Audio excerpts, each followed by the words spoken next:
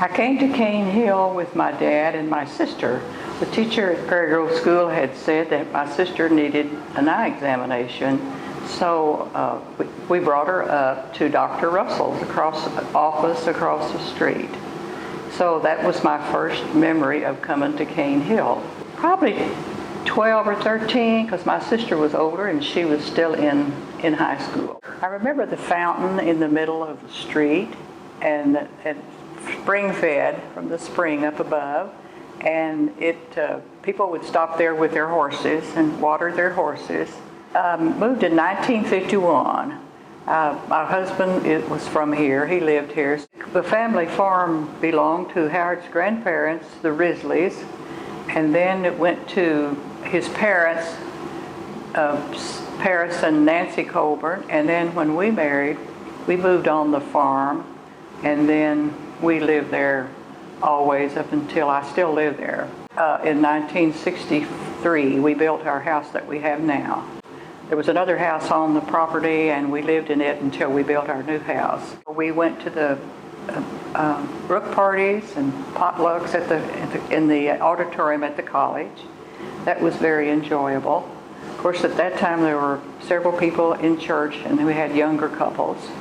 So there was activities here, not a lot, of course. We did the square dance. There was just about 6 or 7, maybe 7 couples in the area that had a square dance club, and we met at the old drugstore. High school, from the 9th grade up, consolidated with Lincoln and went to Lincoln, and then I think through the 8th grade remained in Cane Hill, and then it was just like 3 grades that stayed in Cane Hill, and then the place was leased to Araminta Richardson for a music camp, and then in 1983 Lincoln School probably turned it back to the community, and then later they decided to try to redo the school, and a lot of people in the community were interested in restoring it, so we got a grant and sent out letters to local former students and other people that were interested, and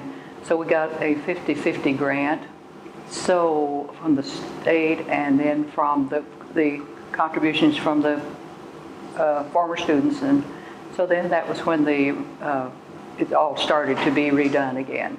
They formed a board, and I think my husband was on the board the first time, and it was formed, and so we were interested in the very beginning, and so they managed to keep it up, and we had the festival every year. It was to maintain funds to keep the college in as good a repair as we could, and also to pay campus mowing and insurance.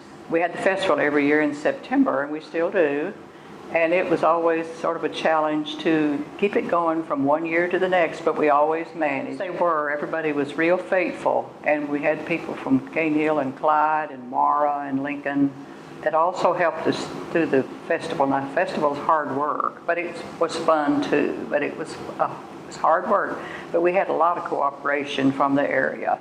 We managed to keep it going until the transition to historic Cane Hill. It's been good living in Cane Hill, my life, raising my family here.